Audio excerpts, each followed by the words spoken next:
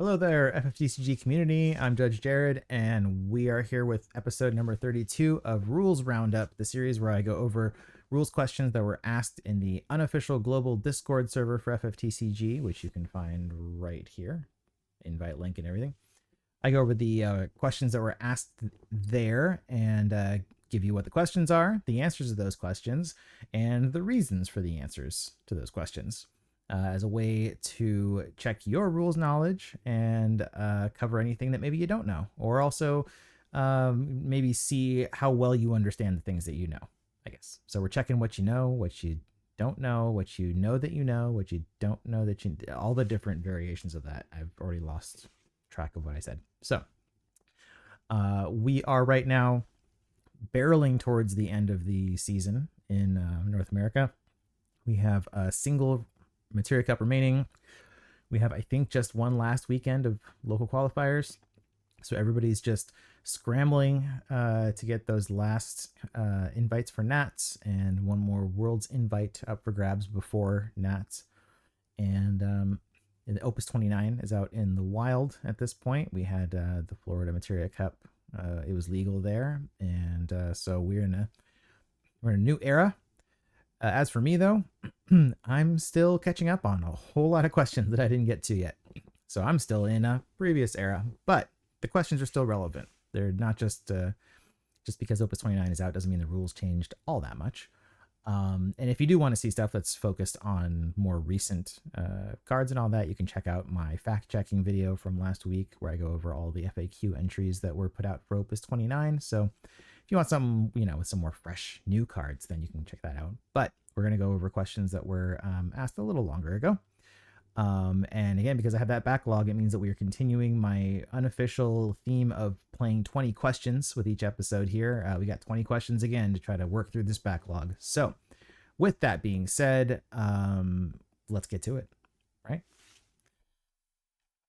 Number one. All right, first question is, would Ramuh's cost reduction entry ability apply to the crystal cost for choosing two options on Bahamut Sin? Basically, can you get both effects from the summon without paying the crystal cost? All right, well, let's go over what Ramuh does here. So we're looking at Ramuh's first auto ability, which reads, when Ramuh 16 enters the field or when Sidolphus primes into Ramuh 16, you may cast one summon of cost 5 or less from your hand without paying the cost. Now, I'm going to draw our attention to those last words there because they actually also they're very relevant for the answer. And also I want to note that in the question, the way that it was phrased, they called it a cost reduction entry ability. And it's not technically true in this case because we're not reducing the cost. We're actually casting without paying the cost. And you're going to see why it's important in a second. So yeah, we're casting 5 or less summon without paying the cost. Now, what does Bahamut Sin say? It says select up to 2 of the 2 following actions. If you selected 2 actions, the cost required to cast Bahamut Sin is increased by 2 crystals. And then there's the 2 actions. The actions don't really matter for what we're talking about here. So the overall question is, does Ramuh work with selecting 2 actions? The short answer to this is yes, it does work with selecting the 2 actions and not having to pay the crystals. But the meaty bit, of course, is why. Why is that the case?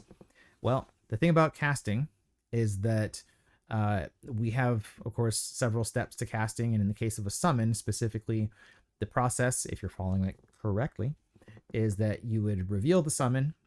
You would put the summon onto the stack. At that point, you do the things that happen when an item is put onto the stack, which is selecting from multiple actions, choosing targets, assigning values, and deciding which, if you treat different targets differently, then you're deciding which targets go with which effect, basically. There's a better way to word that I don't remember off the top of my head. But anyway, those 4 things happen. After those 4 things happen, then the cost gets determined, and then you pay the cost, and then at that point, the summon is cast. So the kind of shorter version of that is reveal the summon, put it on the stack, do the list of 4 things, determine cost, pay cost, it's cast, right? So the thing is, when we have this effect like Ramuh that says to cast it without paying the cost, what's happening on like a technical level is that we are skipping the entire sections that have to do with determining the cost and paying the cost. That whole thing, we chop those out. It's not that we go through them and then pay 0. We just chop them out entirely. So now our process is reveal the summon, put it on the stack, do the list of 4 things, and then we're done. We've cast it, right? So we just cut out those last bits. The reason why this works with Bahamut is because the selecting the actions, right? That's one of the 4 things we do when it goes on the stack. And at that point, the way that this summon and the other ones in that cycle are phrased, it says that you increase the cost, right? So we are increasing the cost when we do that. But because we've chopped out the entire cost sections, it doesn't matter what the cost is anymore. Ramuh's effect says that we are casting it without paying the cost. This is different than other cards like Ixion that allow you to pay an additional cost, because those you don't have the option of doing it, because again, we're cutting out the whole cost section of the casting process. But here with Bahamut Sin, notice it's phrased in a way where they're not saying we're paying an additional cost, or like they're not putting it that way. They're just telling you that the cost that already exists is increasing. It's one of those tricky nuance things where the way that it's worded changes the way that it functions, and because of that, now Ramuh allows you to do it and not have to pay the crystals. The reason why this is important to understand that the difference between casting without paying the cost and reducing the cost, because when you have an effect that reduces the cost, like for example, Seymour can reduce the cost of the next summon you cast by 4. Well, Bahamut Sin costs 4, right? So that would reduce it down to 0. When you reduce the cost, though, again, on a technical level, what's happening is that we are not skipping those 2 sections. We are just reducing the cost. So we'll get to those steps of casting, and instead of skipping it entirely, we go, okay, well, what happened here? The cost, we have to determine the cost first. The cost is 4, but we're also reducing it by 4 because of Seymour, but we chose selected 2 actions, so we increased the cost by 2 crystals. The CP costs are now 0, but now we owe 2 crystals, right? So if you do this with Seymour, you still have to pay the 2 crystals. And the reason you have to pay the 2 crystals is because we're not skipping that step of determining the cost and paying the cost. When we have an effect like Ramuh that says to cast it without paying the cost, then we skip those steps. Hopefully that makes sense as to why those things are different, but there's just a very functional difference between casting without paying the cost and something that reduces the cost to 0. And that's what we want to understand here. All right, next up. Graha Tia flips 5 colors, allowing the next card to be reduced by 4 CP. Can it cast 4-color Wool, or does Wool's claws mean that it needs backups to cast it? So Graha Tia has this fun ability, and I guess I'll just read the whole thing here.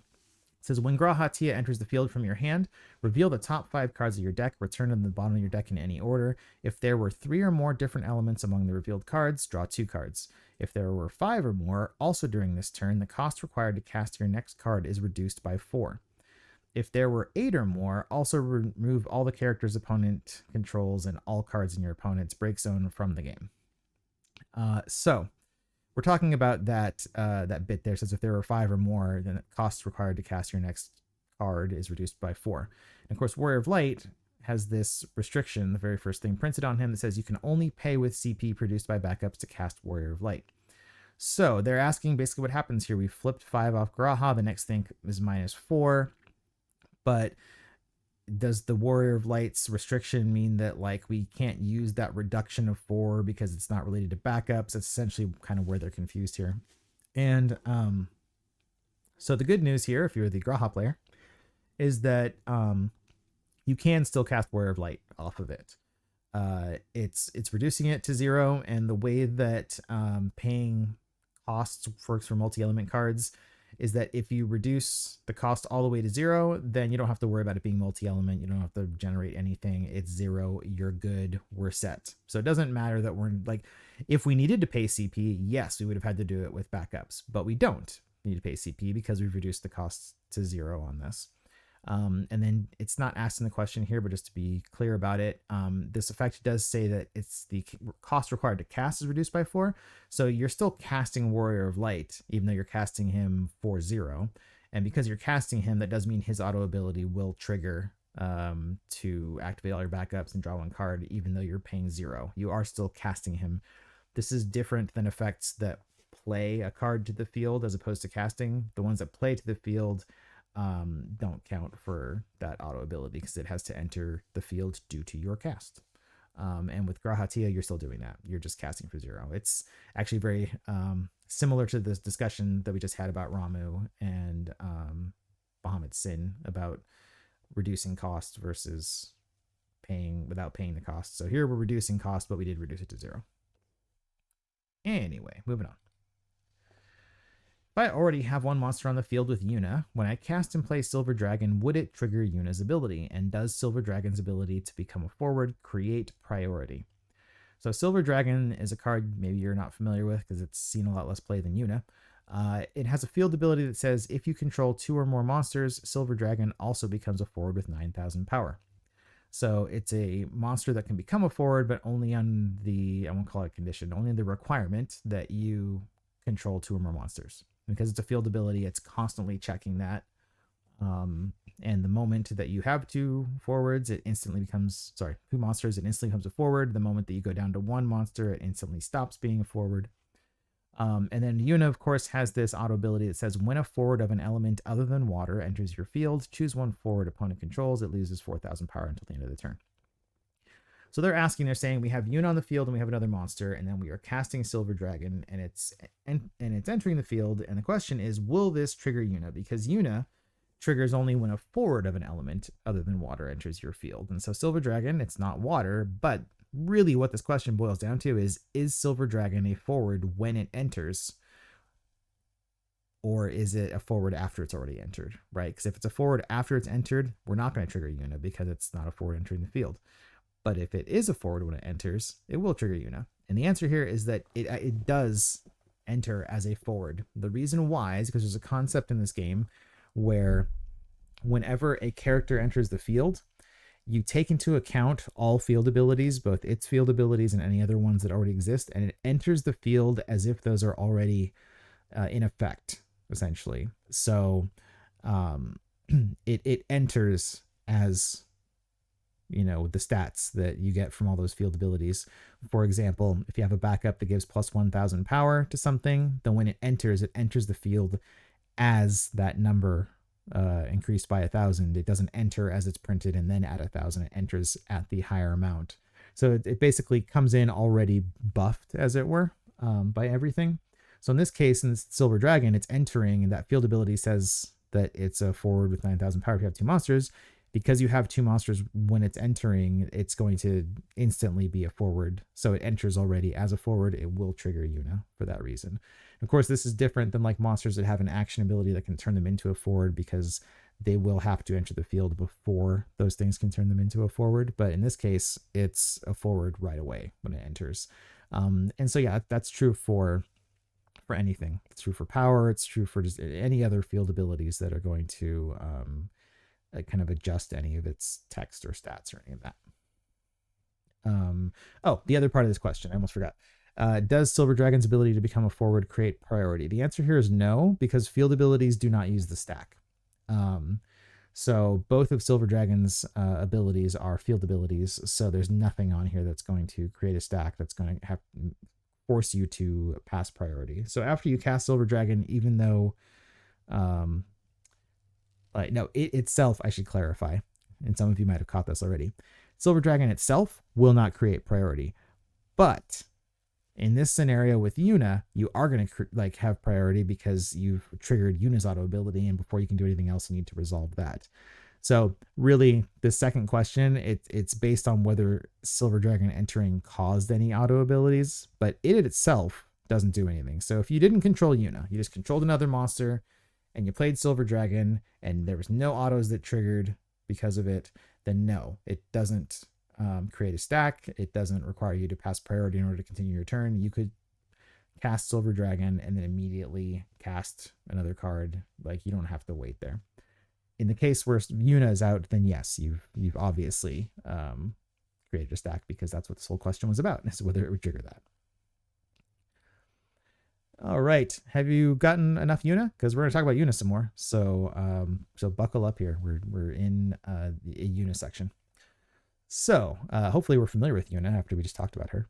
But here it says, could I activate Yuna's ability, the one from Dreamlike Oceans, tapping Yuna in another category 10, and then bounce my own Yuna with something like Sahagin Chief, resolve the Yuna ability, and put out a different Gullwing Job Yuna because I would no longer control the original Yuna. Sorry if this is worded badly, but I hope you get what I mean.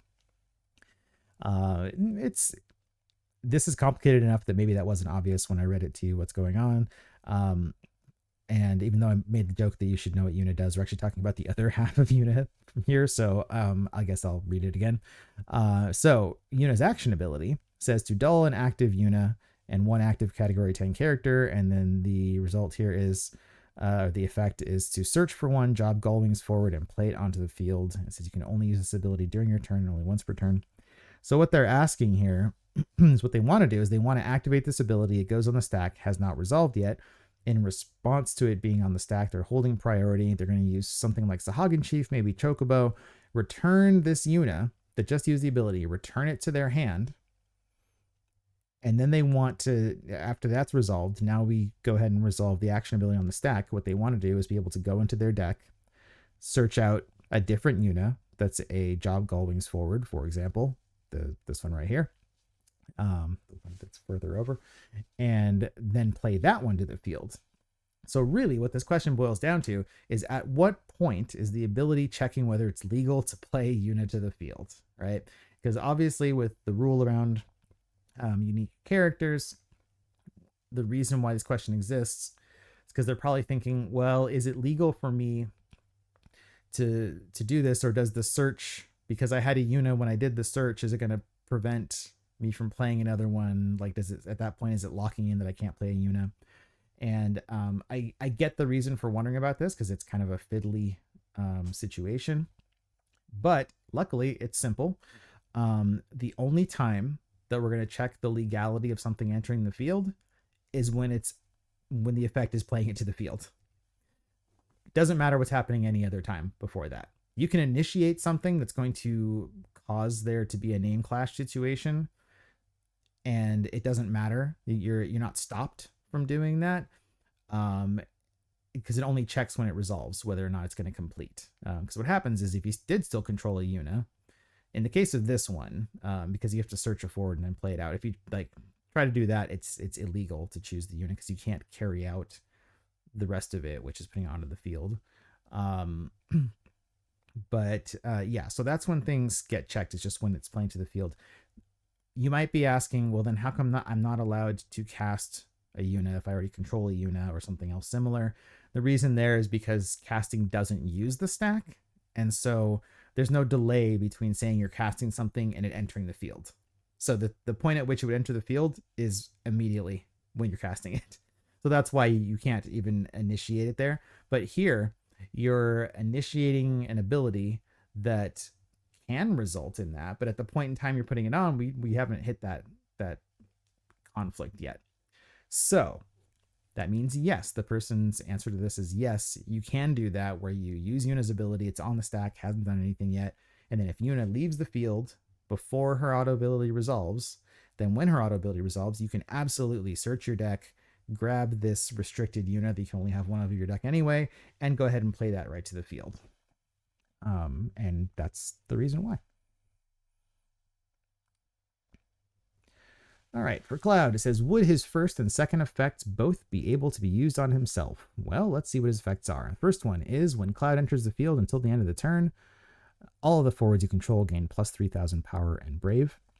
Second ability says at the beginning of the attack phase during each of your turns, choose one forward you control. Until the end of the turn, it gains this forward cannot be broken, and this forward cannot be returned to its owner's hand by your opponent's summons or abilities.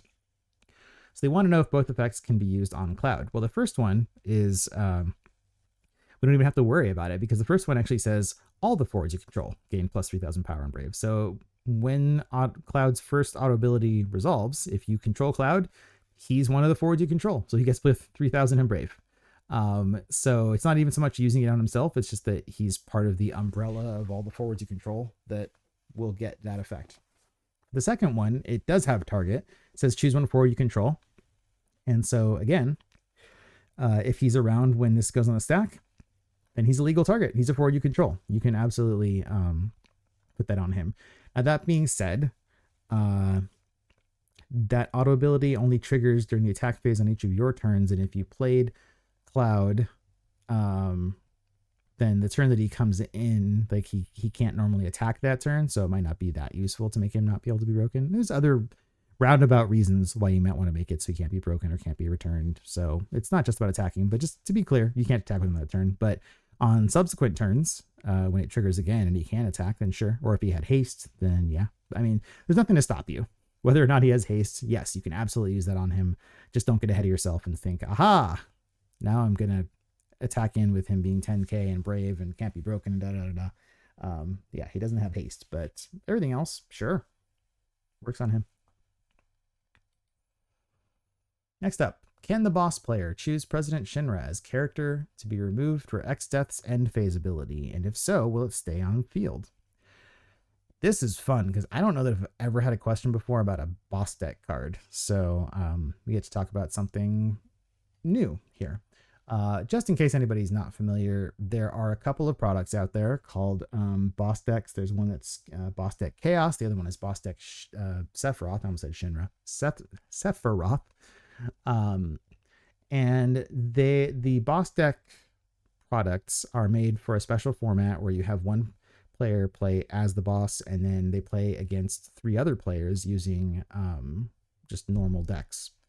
And there's a whole different set of rules about it. I'm not going to give an entire explainer about boss deck right now and how it all works. But all we need to know for this is that there are a bunch of cards in the boss deck that are just souped up, overpowered versions of cards that already exist. Luckily, they're very easily identified because you can see they have this really fancy gold stuff for the framing here on this. So, and then also at the bottom, all of their serial numbers all start with a B. So anything that has a serial number with a B at the beginning of it is not legal in any other format except for in boss format in the boss's deck.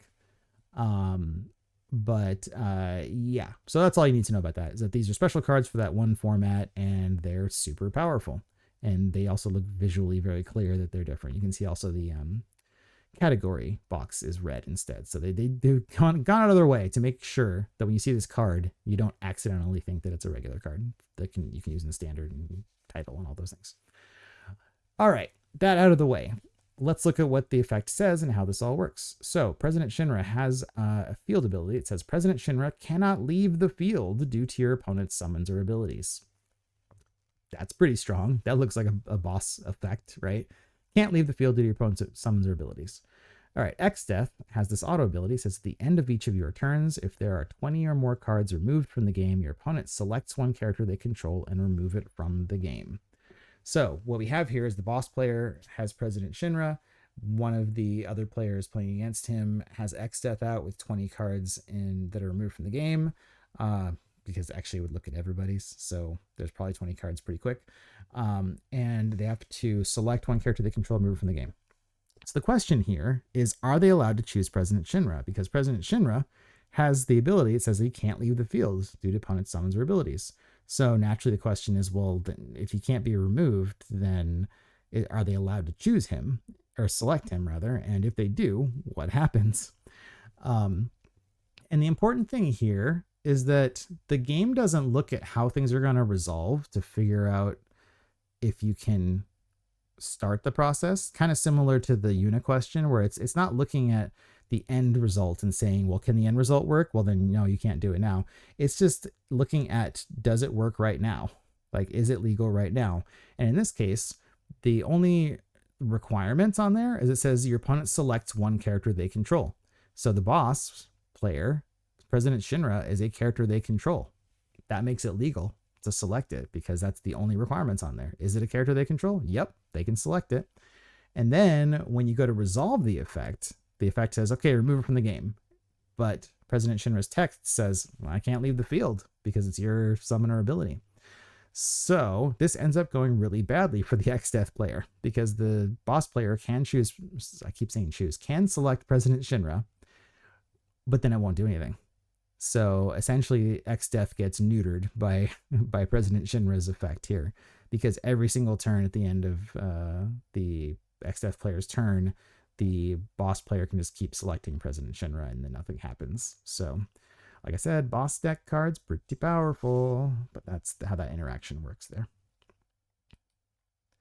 All right, next up. So for Geo, it says, in my hand for its effects. Does that mean the effect triggers when discarding for CP, or I have to have another in my hand? Sorry if this is really obvious. And then for class 10th, is it when the card is tapped or permanent +1 when on the field? If you're playing the unofficial drinking game at home, somebody used a Magic the Gathering term, so go ahead and take a drink. But anyway, the other thing is that this person asked a question, and we have 2 cards, but they actually asked the 2 cards, the questions are not related to each other, so they kind of snuck a twofer in here. So I guess we're technically doing 21 questions today. But let's go over them because they're both pretty simple cards. So Geomancer has a action ability that costs 1 earth, and you discard Geomancer. It says draw 1 card, and you can only use this ability if Geomancer is in your hand. So their question here is, when you're discarding it for CP, is that what does the drawing 1 card, or do you have to have a Geomancer on the field and 1 in your hand to use it?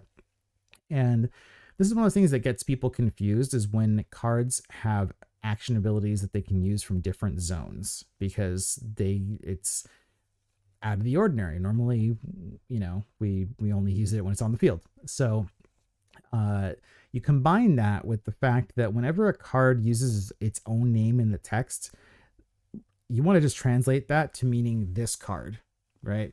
So the exception there being when it says card name XYZ. So if it said card name Geomancer, that's a whole different ballgame, but it doesn't.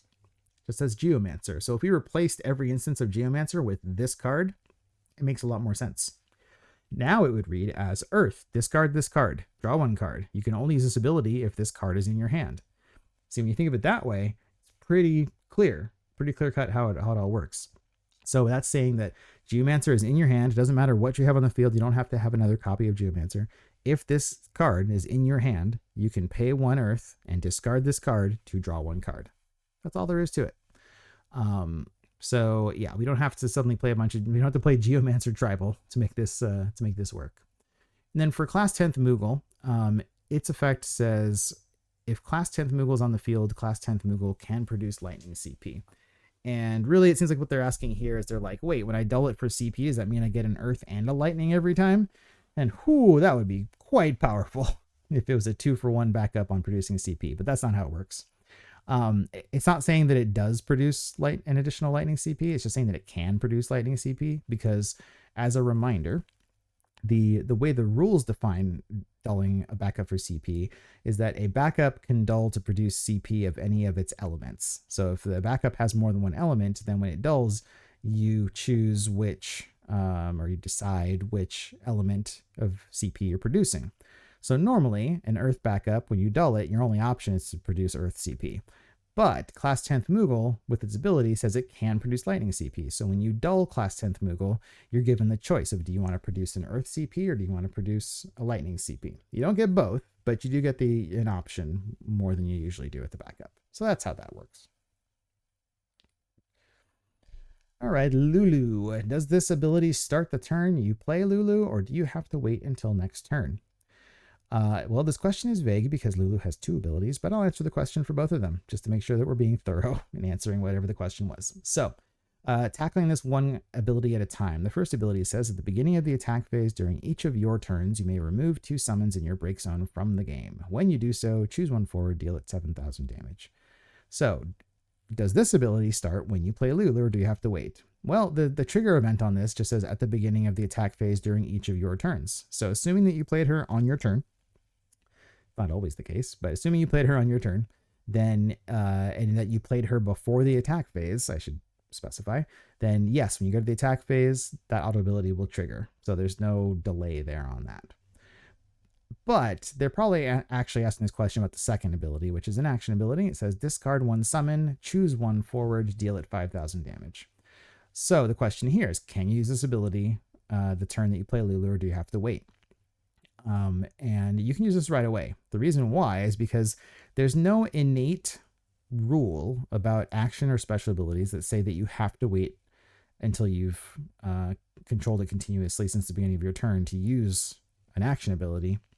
It's just that whenever an action ability includes the dull icon, the dull symbol, that itself, it's essentially the symbol itself that has a restriction that you can only use it if the character has haste. Sorry, I should be even more specific. If the forward or backup has haste, or if that forward or backup, if you've controlled it continuously since the start of your most recent turn, which I know that that's a mouthful to say or to process, but that's what it is. Controlled it continuously since the beginning of your most recent turn. So when you have the dull icon, you have to follow those guidelines.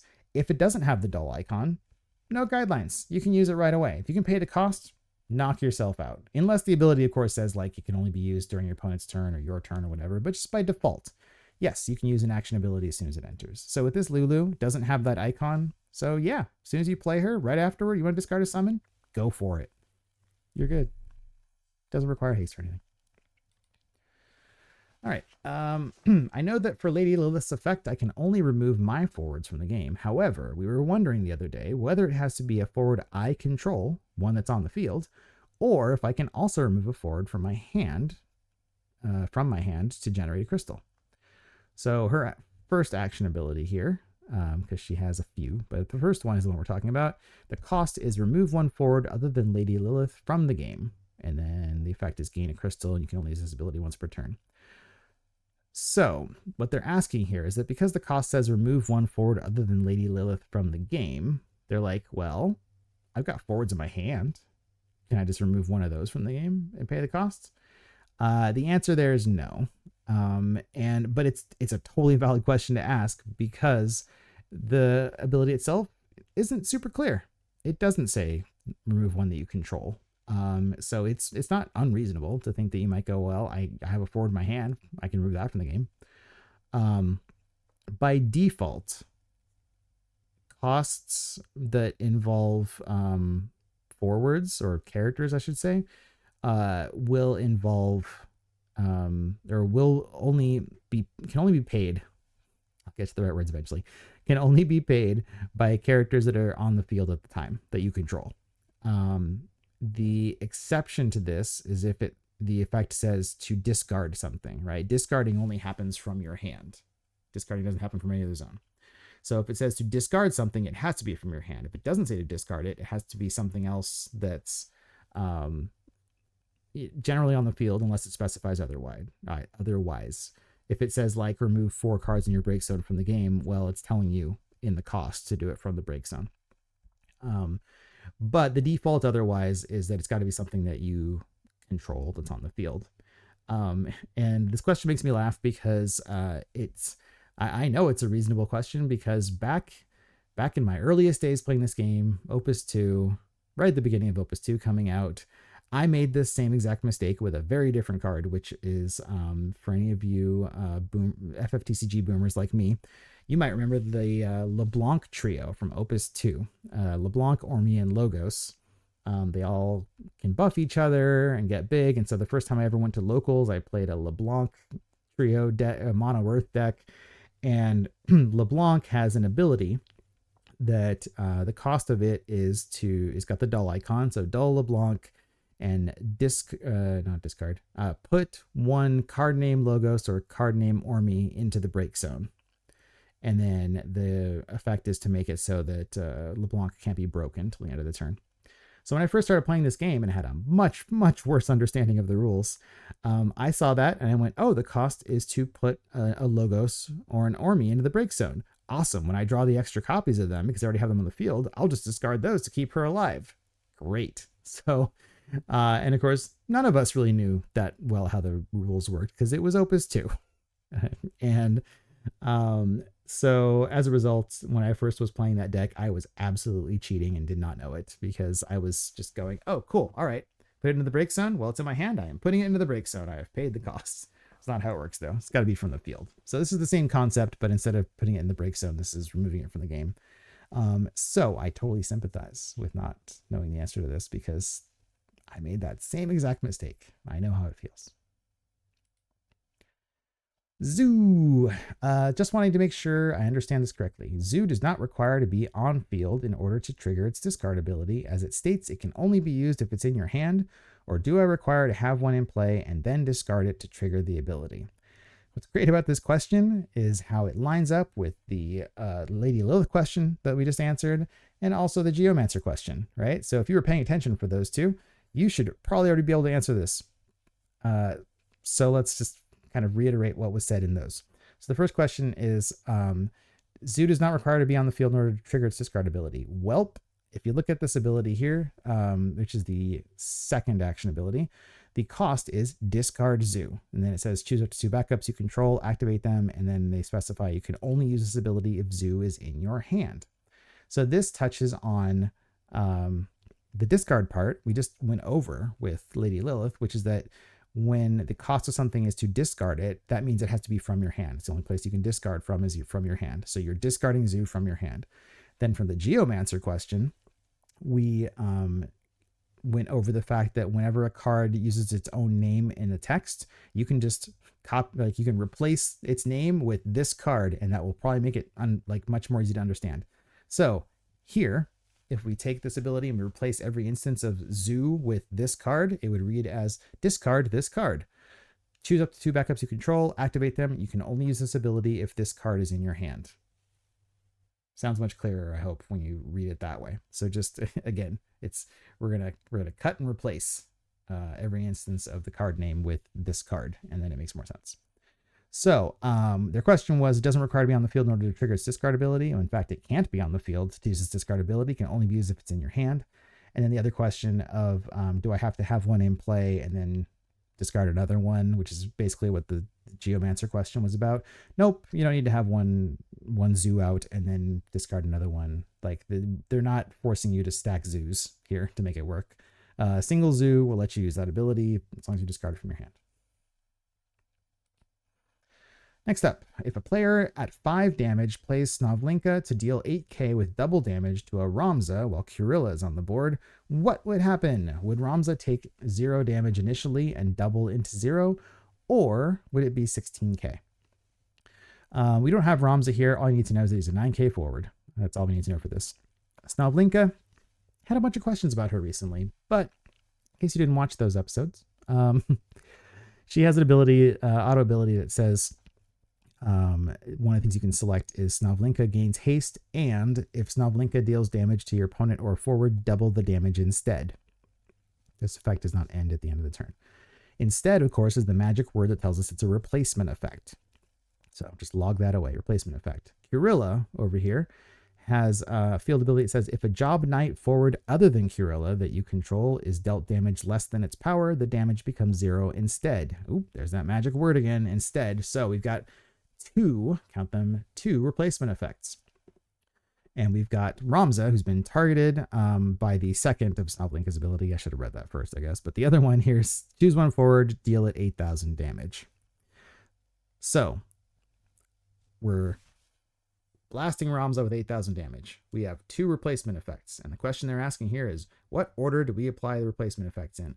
And if you've been watching these videos and you've heard me explain replacement effects, you probably already know the answer. But the answer doesn't change here in any situation. Whenever a card is being affected by an effect, that's a lot of use of the word effect. When it's being affected by an effect, whoever the controller is of the card decides the order in which to apply the replacement effects. So it's basically whoever controls that card, they have the power. They get to decide what order they're going to resolve them in, because as the person points out in the question, we have 2 replacement effects, one that doubles the damage and one that reduces it to 0 if it's less than the forward's power. So we're starting off with 8,000. If we were to double it instead to 16,000 and then apply Curilla's, well, Curilla's wouldn't apply at that point anymore because the damage is more than or equal to or more than Ramza's power. But if we do it the other way around, where we have 8,000 and then it's less than the 9,000 on Ramza, so we make it become 0, and then we double it, so the 0 becomes 0 again, that we get a very different result, right? 16k versus 0k, very different result. But the person who controls the Ramza gets to decide the order there. So there's not like a fixed answer. It's whatever the Ramza owner decides. More often than not, they're probably going to decide to do it in the order where it becomes 0 and then gets doubled. But I don't know. There could be a weird situation where they want to play a second Ramza and they let it die. On purpose, they double to 16. Probably not going to happen, but with understanding the rules, it's not always about going with what makes strategic sense. It's about how does the situation resolve, because you'll come across all sorts of situations that don't make sense, or they're just people make interesting choices sometimes. So when we're trying to understand, we don't always look at would somebody ever actually do this? We just look at, what happens if they do, right? What happens if we have a chaos agent out there that just decides to make things as weird as possible? So it can be 0, it can be 16. It's up to whoever controls Ramza. Next up here, do Dark Knights count as knights? I mean, it has knight in it, so just wondering if it would count. Which is relevant for this Garland, because its ability says when Garland enters the field, choose one job knight other than card name Garland in your break zone and add it to your hand. His second ability also has to do with knights, but if we just stick with that one. So if Cecil was in your break zone and you played Garland, could you choose Cecil to get back because he's job Dark Knight? And this is one of those things that people, when they first start playing, it's a genuine question that comes up often. It has an easy answer, which the answer is no, because this game is very, very specific about names of things. So card names, job names, even ability names, even though it hasn't actually been relevant yet, but it is a thing. They are very specific. They have to be exactly what it says. So a Dark Knight does not count as a knight. A Magitek Knight does not count as a knight. A Rune Knight does not count as a knight. A Mystic Knight does not count as a knight. The only thing counts as a knight is a knight. In the same way that Bahamut, card name Bahamut, is not the same thing as card name Neo Bahamut, which is not the same thing as card name Bahamut Sin, which is not the same thing as card name Bahamut 16, and so on and so forth. So yeah, has to match 100% if we're talking about card name or we're talking about job. Again, ability hasn't become actually relevant yet, but if it does someday, it does. It's the same rule there. So, yep, we discriminate here. You got to be 100% matching or it doesn't count. Question here is, how does Fat Chocobo from Opus 16 work?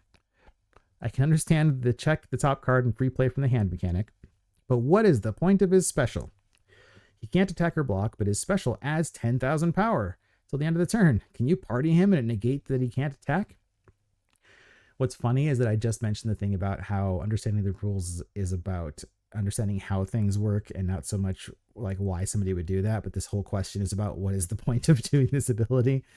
But we're going to talk about it anyway. So the special on Fat Chocobo is Gishel Greens, and it says Fat Chocobo gains plus 10,000 power till the end of the turn. But he has a field ability. It says Fat Chocobo cannot attack or block. So it's a valid question to be like, why would you need to give him 10,000 power if he can't attack or block? I will touch on their last question here, which is that can you party attack with him and it negates that he can't attack? No, you can't do that. if Fat Chocobo can't attack, you can't party with him and use that as a way to make him attack. He still can't attack. But getting into why would you want to give him plus 10,000 power? I mean, the obvious choice is he's a forward. So he's subject to removal, which includes damage. So if, something chose him for 10,000 damage, then you might go, you know what? I'm going to use the special. Now he's 17,000 power. He doesn't get broken. So that's a completely valid and I say likely scenario that can happen is that you do it to prevent him from being broken by damage-based effects.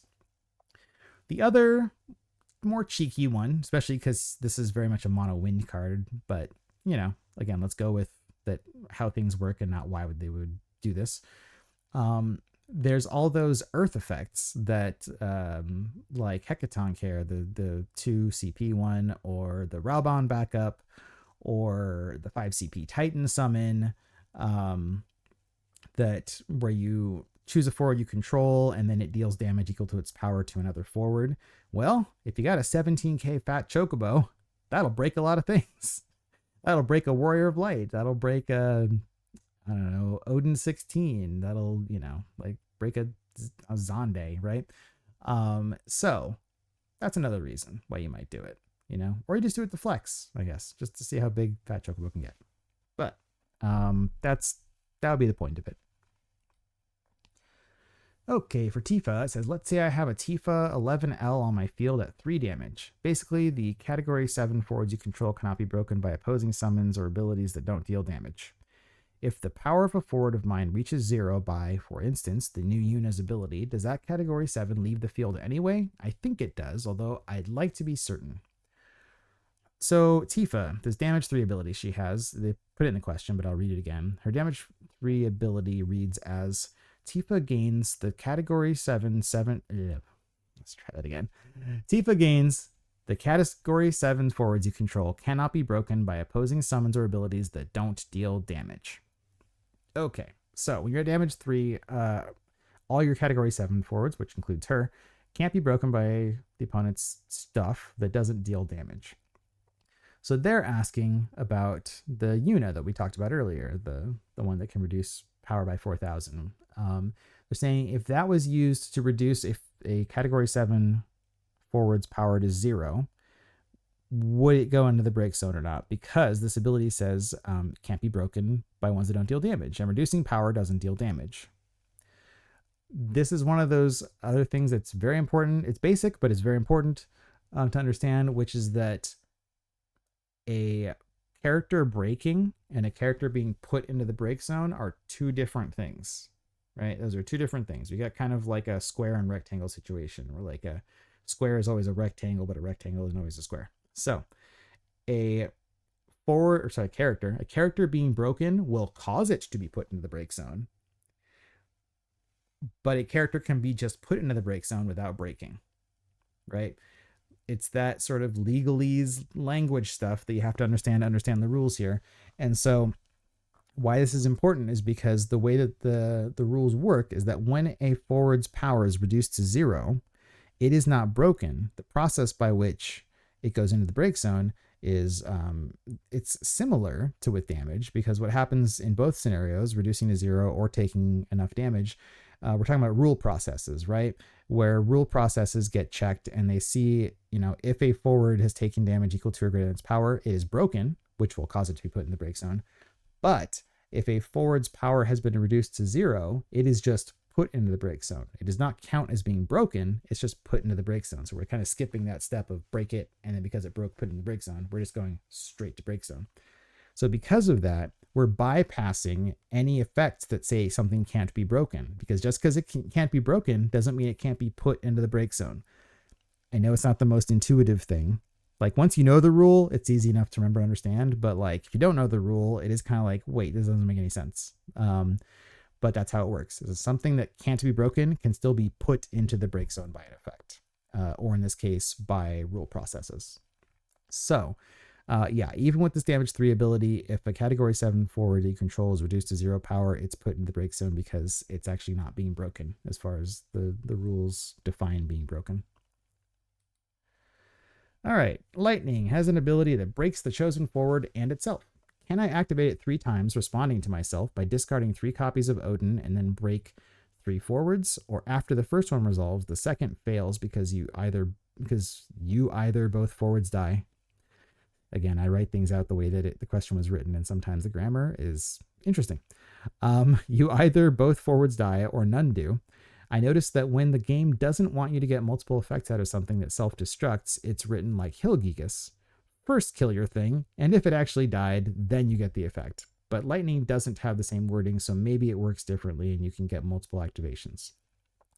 Let's look at this backwards. We're going to look at Hilgigas first because they use that as an example, and we'll talk about how that works and how Lightning is worded differently. So Hilgigas says, when a character opponent controls uses an action ability, put Hilgigas into the break zone. If you do so, cancel its effect and break that character. So as they pointed out,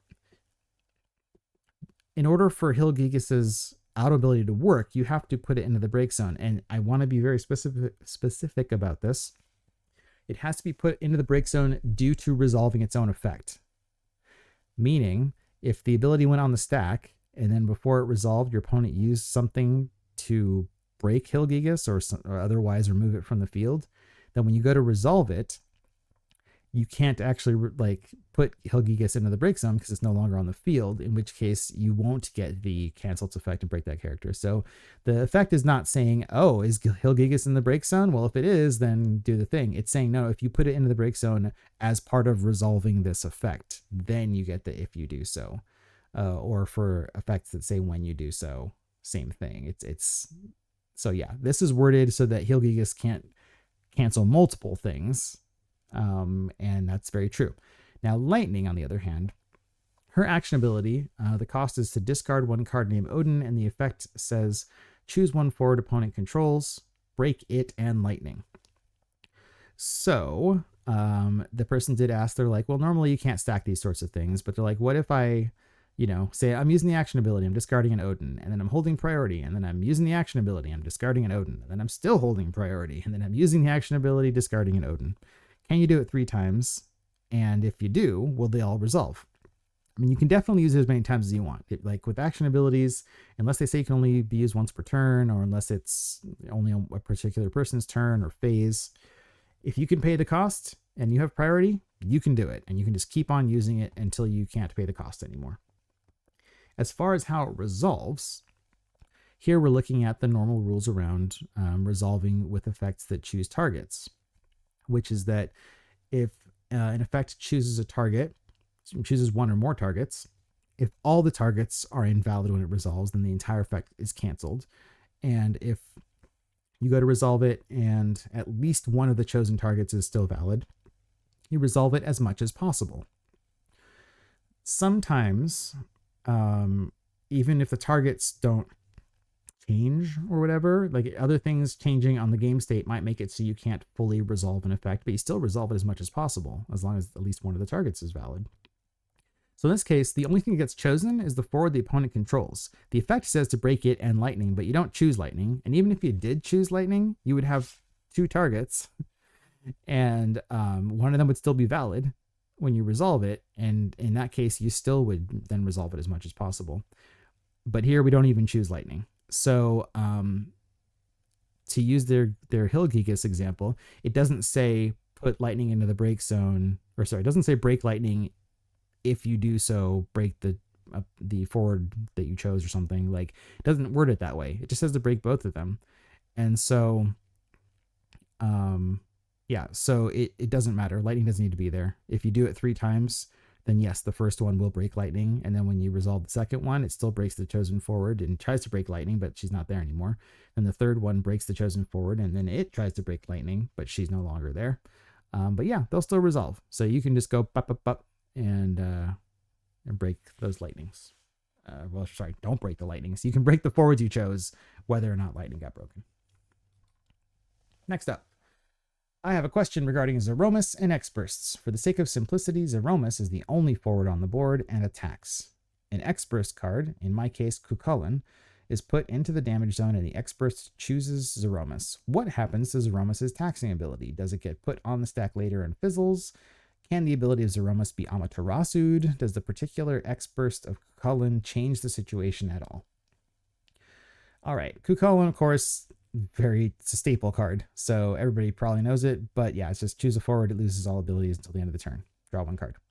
Zeromus says, when one or more characters you control are chosen by your opponent's summoner ability, if your opponent doesn't pay 4 or a crystal, cancel its effects. So it's an auto ability, and they're saying what happens if we did damage, the damage was Cuchulainn, and now we've chosen Zeromus. How does this all work out with the auto ability? The thing, of course, here is that X-Bursts don't use the stack, so they resolve immediately. You do the whole process right away. Normally, an effect needs to do its stuff from when it goes on the stack, and then you need to wait for its turn to resolve, and then when it resolves, you do the rest of it. But with X-Burst, you skip the line, you get in the lightning lane, and you do it all right away. So what happens in this scenario is that you hit the damage, the effect happens, the Cuchulainn player chooses Zeromus with the Cuchulainn. You at that point, Zeromus's auto ability does trigger, But remember, there's a difference between when an auto ability triggers and when it gets put on the stack, and that's different than when it actually resolves. So it's triggered, but that's it. We've only done the first step of actually getting towards resolution on that. It's triggered, put a pin in that, we'll come back to it. Then we resolve the Cucullin. Now Zeromus has lost all its abilities. Now we draw one card. Cucullin is resolved. Now the turn player gains priority. Because they gain priority, the Zeromus auto ability goes onto the stack. Okay. Assuming nothing else happened, we go to resolve the Zeromus ability. And at this point, the Cucullin player, you tell them, hey, do you want to pay 4 or a crystal? And they can if they want to, right? Just like any other situation where this triggers, they can either pay it or not pay it. However, whether they pay it or not affects whether this auto ability cancels the effects of the thing that chose. The thing is, the Cucullin already resolved. We can't retroactively cancel it. We're not going to go back and say, oh, actually, no. Put the card you drew back on the deck, and also Zeromus has his abilities back. Not how it works. It already resolved. We're done with that. So what that means is that, there's two paths here. If the Cucullin player pays the 4 or the crystal, okay, they can do that, but the Cucullin already resolved. If they don't pay the 4 or the crystal, they can do that, but the Cucullin already resolved. So the end result is the same whether or not they choose to pay the 4 or the crystal, which means that, again, in the vast majority of scenarios, there's no reason for them to pay the 4 or the crystal because they don't need to. It's not going to actually change anything about how anything is resolved at that point. But I love the Amaterasu part of this question, where it says, can the ability of Zeromus be Amaterasu'd? Absolutely, it can be Amaterasu'd still. It's still on the stack, right? Even though it's not going to force the opponent to do anything, at that point, if the Cucullin player has an Amaterasu, absolutely, they can cast it. They can choose the auto ability of Zeromus, and when that resolves, it's going to cancel it, even though it wasn't going to do anything anyway. And then more importantly, it deals 8,000 damage to Zeromus. So you can do that. If that was your way to remove it at that point, yeah, absolutely. Next up says, hi, I have a doubt about this interaction. An auto selects Tidus, resolves, and returns to bottom, and I try to select Jecht to bottom it as part of the second auto from Tidus. My opponent activates Jecht block to block the draw 3 and second part of second auto. I think the second auto is a selection on resolve, so if he allows Tidus to bottom, can't interrupt selection. He said that Tidus has 3 autos and can be interrupted. Can anyone clarify, please? Thanks in advance. If you understood all of that from just me reading it, just bonus points to you, because especially since I haven't read what the abilities do yet, that's a lot to follow there. But I'll explain the situation and then how this resolves. So Tidus has a couple of auto abilities. The first one that's relevant here, I'm going to go out of order. The first one is when Tidus is chosen by your opponent's summons or abilities, you may put Tidus at the bottom of its owner's deck. When you do so, choose one forward opponent controls, put it at the bottom of its owner's deck. Okay, so whenever Tidus is chosen by something, you have the option to put him on the bottom of your deck, and then it's got a when you do so. If you do, at that point, you get to choose a forward opponent controls and put that at the bottom of its owner's deck. So people go to the bottom of the deck together. Separate from that, Tidus has an auto ability that says when Tidus is put from the field into its owner's deck, draw 3 cards. Cool. Jecht has everyone's favorite ability, Jecht block, which says to choose any number of summons, auto abilities, action abilities, or special abilities and cancel their effects. So Jecht is the no fun police over here. Jecht block can go ahead and just cancel everything on the stack or any number of things. If there's some things that Jecht approves of, you can allow those to go. But you can cancel up to anything that's on the stack at the same time. So the interaction here is so we have Tidus. One player's got Tidus. One player's got Jecht. The Jecht player did something that chose Tidus. Okay, that triggered Tidus's auto ability. And then the auto ability says, you may put Tidus on the bottom of its owner's deck. And the Tidus owner says, yes, I'm going to go ahead and do that. He puts it on the bottom of the deck, or he or she or they put it on the bottom of the deck. And then at that point, the when you do so triggers, and simultaneously the when Tidus is put from the field into its owner's deck triggers. So you have 2 autos that trigger simultaneously while we're resolving this first auto ability that puts him on the bottom of the owner's deck. So those 2 trigger simultaneously, and then the player can put them on the stack in whatever order they want. And now that they're both on the stack, they haven't resolved yet. And now the Jecht player goes, it's Jecht block time. And they use the special, and they, because it says you can choose any number of summons, auto abilities, action abilities, or special abilities. They go, I am choosing both those auto abilities from Tidus. I am canceling all of them because I'm the no fun police. And it gets canceled. So, the end result is that Tidus will go to the bottom of the deck. They had, I forget if I specified that they'd probably chosen Jecht to put on the bottom of the deck as well. But that got canceled, so Jecht will not be put on the bottom of the owner's deck, and the draw 3 will not happen because they were both canceled by Jecht block. So the question here says, like, Tidus has 3 autos and can be interrupted. And yes, he technically has 3 autos, but it's really 2 autos, but one of them generates a second auto ability, right? It's got the when you do so. And so as I explained in the process here, when resolving that auto ability, it's going to trigger 2 different auto abilities at the same time. And so it can be interrupted in the sense that resolving the putting him on the bottom of the deck causes those 2 to trigger. They have to go on the stack before they can resolve. So there is time there for a response, which is where Jecht block comes in. Hopefully that all made sense. There's a lot of little back and forth going there, but yeah, good old Jecht being abusive to his son. It's lore accurate. What can we say? All right, here we've got Bartz and a backup. This might be more a question about crystal interaction versus Bartz specifically, but in this example, I have 5 backups in play and I pay 3 crystals to cast Bartz. Is there a window now for me to hold priority and sack a crystal generating backup to make room in case Bartz's ETB hits one, or are gaining and redeeming crystals separate and I would need Bartz's ETB to happen before I declare? Well, luckily the simple answer here is that anything crystal related, the way it interacts with the stack is identical. So there's no different treatment for effects that either pay with crystals or generate crystals. Works the same as everything else. So we don't have to worry about like a separate set of rules for crystals here. So the overall question is, it says, is there a window for me to hold priority and sack a crystal generating backup? So what they've done here is this player has 5 backups already, right? 5 backups and at least 3 crystals. And they cast Bartz. Actually, they don't even really say whether they're using the crystals. Oh, they do say it. Okay. But they didn't need these crystals. They could just be paying 8. Who knows?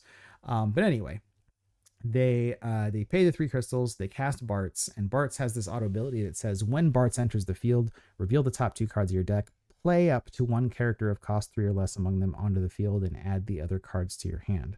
So what they're concerned about is they're like, well, what happens if I cast Bartz? I've got 5 backups, and what if I flip 2 cards and my only option to play to the field is a backup, but I already control 5 backups? I don't want to get hosed, and now like they go to my hand instead of getting to play one for free. So this backup here, Clavat, has an action ability that costs an ice, and you dull it, and then you put Clavat into the break zone and you gain a crystal. So there's a way with this backup to break it. So what they want to do is they want to cast the Bartz, auto abilities on the stack, holding priority, use Clavat's ability, which will cause it to be put into the break zone. You gain the crystal, and then when we go down to resolve Bartz's ability, at this point, there's 4 backups on the field. And if Bartz does flip over a backup, there's room for it. They're like, can I do that? And the answer is yes, you can do that just the way that I described it. Totally legal to do that. So yeah, you just hold priority when Bartz's ability is on the field.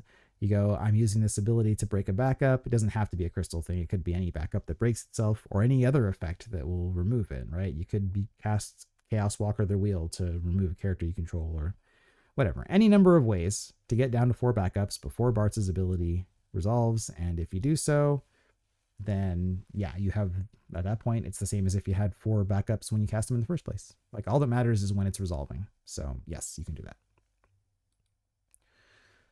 Okay, in regards to her auto ability to reveal the top card of the deck, if I get more than 1 crystal from an ability, Young Rahal, for example, does that ability go off once per crystal gained, in this case twice, or once per instance of gaining crystals, aka even though I gained 2 crystals, it only goes off once?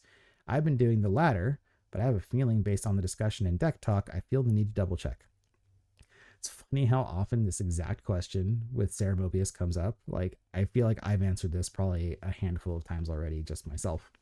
But here we are. We're doing it again. Zeromus, her auto ability says, when you gain a crystal, reveal the top card of your deck. If it is a backup, add it to your hand. If it is not a backup, put it at the top or bottom of your deck. And then Young Rahal is just here to show us an example of a card that gains multiple crystals. It says when Young Rahal enters the field, gain 2 crystals. That's all we need to have him here for this explanation. So the important thing to remember with auto abilities is every time their trigger event happens, they will trigger. Sometimes auto abilities have a trigger event that covers a broader set of things happening. And whenever that happens, they will write or more on it, right? We saw this with the Wind Cecil that has been banned at this point. But there's a number of cards that will say, like, when one or more, la la la la la, right? Or when, yeah, just one or more, or 2 or more, or whatever number, right? But or more. And in that case, if it says or more, then that's saying that if the same like event in the game did this thing multiple times, it's only going to trigger once because it's under the umbrella of the or more. But if it does not say or more, then it's going to trigger for every time that trigger event happened. In this case, with Young Rahal, you gain 2 crystals. What's the trigger event for Zeromus? When you gain a crystal. How many times did that happen? Twice. You gain 2 crystals. So that is 2 separate instances of Zeromus's auto ability triggering, and then they'll both be put onto the stack. Again, if she was worded as when you gain 1 or more crystals, then you would only get 1 trigger, because gaining 2 of them simultaneously, that's the trigger event happening once. But here, it just says when you gain a crystal, and that happens twice. So you get it twice. It's a huzzah all around for Zeromus fans. That brings us to our final question of the episode, which is, it says, I just want to confirm something. I've heard that when Prishe uses her second ability, it doesn't count as ability damage. So is that true, and why? I brought other examples of forwards dealing damage too, and in the case of Sophie, it must be ability damage she hands out, otherwise the card doesn't make sense. And in the case of Elena, I would assume it is also ability damage, but if there's a difference on when it is ability damage or not, is it just whether or not the opposing forward is allowed to hit back? I didn't include Elena on here, but we'll be able to answer this whole question just looking at Prishe and Sophie. We'll look at Sophie first here. So Sophie has both a field ability and an auto ability. The field ability says if Sophie deals damage to a forward due to an ability, double the damage instead. And then her auto ability is when you cast a character of cost 5 or more, choose one forward opponent controls, deal it damage equal to Sophie's power. This effect will trigger only once per turn. So her field ability only doubles damage when it's due to an ability. And then she has an ability that deals damage. So it makes sense that you'd be like, well, those two must be built to interact with each other. Like, it must be that her field ability can double the damage of her auto ability. And yes, it's written that way, and it's written that way on purpose. Her damage is, the source of the damage is the ability. All right, we'll come back to that. Prishe has an auto ability that says when Prishe enters the field, choose one forward opponent controls. Prishe and the chosen forward deal damage equal to their respective power to the other. Okay, so they're saying that Prishe's ability does not count as ability damage, right? But Sophie's, we just said, is ability damage. So the question, a couple questions here. One is it true that Prishe's ability does not cause or does not deal ability damage? And then the second question is, if so, why? Or how do we know the difference? And so the answer to the first question is the source of the damage in Prishe's ability is not the ability. It is not dealing ability damage. So then, of course, the follow-up, why? And the reason is, and I've explained this in other videos too, so I'm going to be repeating myself, but consider it a reminder, I guess. What's the word I'm looking for here? We're just going to reinforce. There we go. We're going to reinforce this ruling and understanding how to identify these things. But there's a difference in the wording, and it's small, but it's super important. There's a difference in the wording of Prishe and Sophie. So Prishe's ability, it says Prishe and the chosen forward deal damage equal to their respective power to the other. So notice grammatically, the way it's written is if it's describing to you what happens, right? Like you're a third party observer. It says Prishe, gotta come in closer on the camera. Prishe and the chosen forward deal damage equal to their respective power to the other. That's the way that it's phrased. It's written as if you're descriptively reading something that happened. Sophie, her auto ability says deal it damage equal to Sophie's power. Grammatically, that reads as if the ability is telling you what to do. He's like, hey, you, deal it damage equal to Sophie's power, right? So that's if it's talking to you versus talking about them in third person here. When it's talking about them in third person there, like describing it, that is telling you that the source of the damage is not the ability. The source is the forwards dealing damage to each other. In the case of the, like it's talking to you, deal it damage equal to Sophie's power, that is the ability dealing damage, right? It's if instructing you, the player, hey, deal the damage there. I do want to be clear, the source of the damage will still be Sophie, but it's because the way the game works, if an ability deals damage, then it counts as the forward that the ability or the character that the ability was generated from. It count like they get credit for it, even if it's the ability dealing the damage and not them directly. The other way that I always describe this that you've probably heard before is, again, there's no official term for Prishe's style of effect and ability there. People like to call it fight damage, but that's not an official term, so don't use that and think that people know what you mean. I prefer to call it command damage, but again, that's not an official thing, so don't use that to describe it to people, except for teaching purposes. But I just want to be very clear because I hate people coming up with their own terminology. I want to be very clear, this is not an official terminology. I'm just using it for teaching purposes.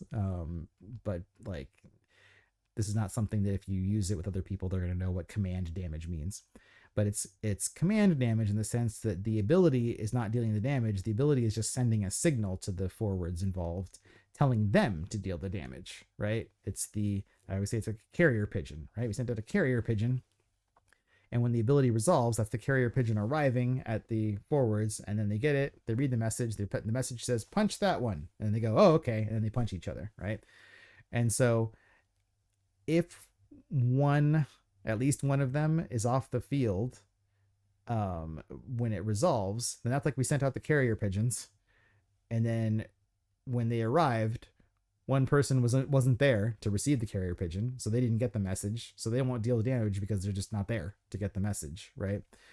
In the case of an ability like Sophie's, which is not command damage, then that is like the damage got launched already when the ability went on the stack. It just hasn't actually landed yet. So in that case, ability, the damage has been launched. If Sophie leaves the field at that point, then the damage is already en route and it's going to be dealt, as opposed to the carrier pigeon thing where the ability has not been, the damage has not been launched yet, right? And so to touch on the other bit here, it says, is it just whether or not the opposing forward is allowed to hit back? And that's not true either, because there's actually a number of effects that are what I'm calling command damage that are one way or two way. So the 5 CP Titan summon is a one way. The Roban backup is one way. Hecaton Care is two way. The Prishe here is two way, right? So it's not based on whether the damage goes in both directions or just one direction. Sophie, it goes just in one direction, right? It does it that way. I guess I will say, now that I think of it, the damage that is like Sophie's, you never see it. I can't think of a single effect where the ability is the source of the damage, but it goes both ways. I'm trying to be careful about how I say this because I don't want to say something that's not true. But I'm fairly certain that there's nothing where the ability is the source of the damage and it deals it both ways, where it's basing it off of forward's power. So basically, if you see where it's two forwards dealing damage to each other, it's very, very, very likely command damage. I want to say it's always, but I'm just going to do a little caveat and say that it's very likely, just in case there's something I'm forgetting. If it's one way, it could be either, right? It could be the command damage. It could be ability damage. Could be either one there.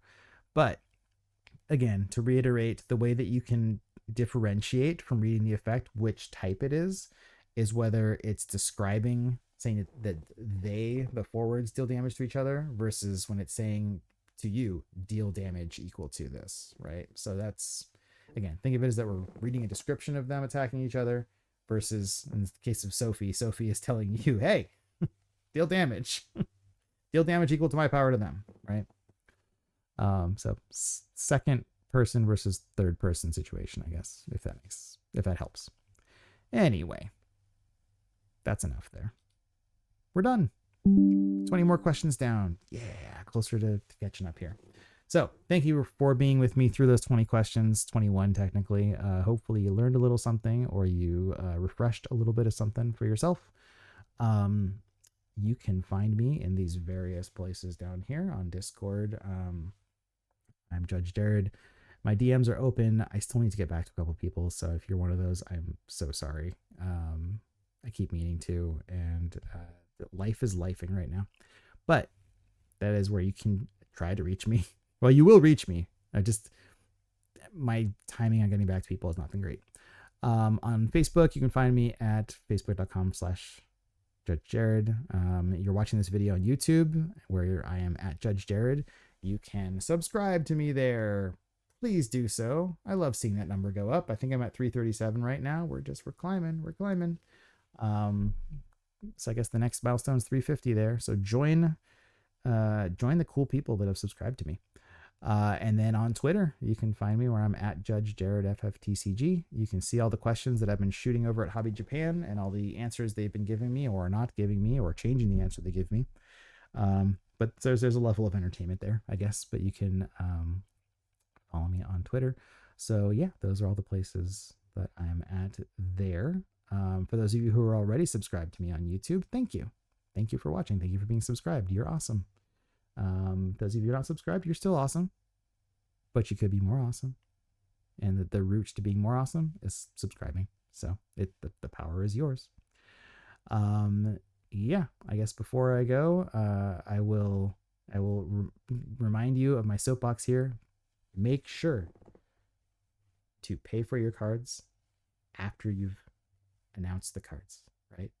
It's play, then pay, right? Or cast, then pay.